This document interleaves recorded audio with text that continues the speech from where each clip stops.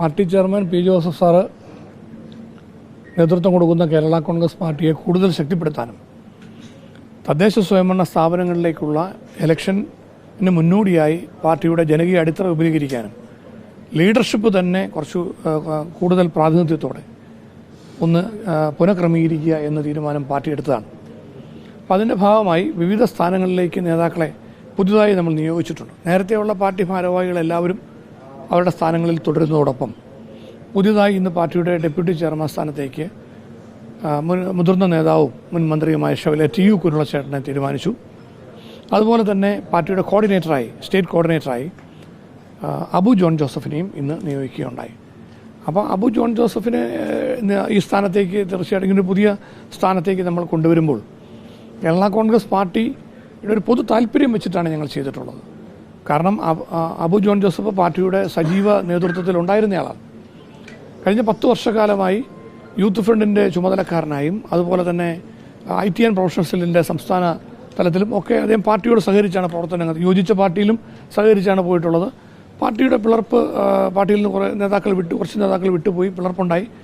പിന്നീട് P Joseph സാറിൻ്റെയും CF Thomas സാറിൻ്റെയും നേതൃത്വത്തിൽ Kerala Congress party UDFൽ നിലകൊള്ളാൻ തീരുമാനിച്ച പ്രസ്ഥാനം എന്ന നിലയിൽ ഞങ്ങൾ മുന്നോട്ട് പോകുന്നതിനിടയിൽ അതിൻ്റെ ഒരു പ്രധാനപ്പെട്ട ഭാരവാഹിത്വത്തിൽ അബു ജോൺ ജോസഫ് ഉണ്ടായിരുന്നു. ഇനി മുന്നോട്ട് തീർച്ചയായിട്ടും കേരള കോൺഗ്രസിൻ്റെ ഒരു മുഖ്യധാര രാഷ്ട്രീയത്തിലേക്ക് അബു ജോൺ ജോസഫ് കൂടി കടന്നു വരേണ്ടതിൻ്റെ ഒരു സമയമായി.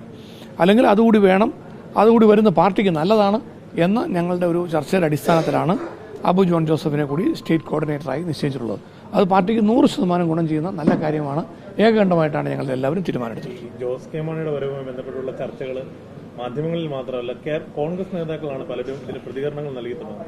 അതിൽ ജോസഫ് ഗ്രൂപ്പിന് അതൃപ്തിയുണ്ടോ, അല്ലെങ്കിൽ ജോസ് കെ മാണി വിഭാഗത്തിന്റെ ഒരു വരവിന് എന്തെങ്കിലും സാധ്യതയുണ്ടോ UDFിലേക്ക്? അല്ല, ഞങ്ങൾക്കിപ്പോൾ ഇന്നത്തെ പാർട്ടി യോഗം ആ വിഷയത്തെക്കുറിച്ച് party chairman Shri P Joseph sir പ്രതികരിച്ചല്ലോ. കാരണം കേരള കോൺഗ്രസ് പാർട്ടിയുടെ തലത്തിൽ UDFൽ ചർച്ചയ്ക്ക് വന്നാൽ മാത്രമേ ഈ വിഷയത്തിന് പ്രസക്തിയുള്ളൂ. UDFൽ പുതിയ കക്ഷികൾ ആരെങ്കിലും വരുന്നതിനെക്കുറിച്ച് ഒരു ചർച്ചയും ഇതുവരെ നടന്നിട്ടില്ല. 2 കേരള കോൺഗ്രസ് UDFിലേക്ക് വരുന്നില്ല, അവർ LDF വിടുന്നില്ല. ഇത് തള്ളിക്കളഞ്ഞുകൊണ്ടാണ് അവർ പോലും അഭിപ്രായം പ്രകടിപ്പിച്ചിരിക്കുന്നത്.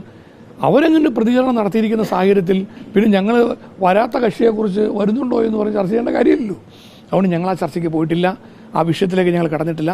കോൺഗ്രസ് ലീഡർഷിപ്പോ മുസ്ലിം ലീഗ് ലീഡർഷിപ്പോ അല്ലെങ്കിൽ മറ്റാരെങ്കിലും മധ്യസ്ഥരോ ഒന്നും ഇതുമായി ബന്ധപ്പെട്ടുള്ള ഒരു ചർച്ചകളും ഇതുവരെ നടത്തിയിട്ടില്ല. ഇനി ഏതെങ്കിലും ഇത്തരത്തിലുള്ള നിർദ്ദേശങ്ങളുണ്ടെങ്കിൽ അത് UDF ചർച്ചയ്ക്ക് വരട്ടെ.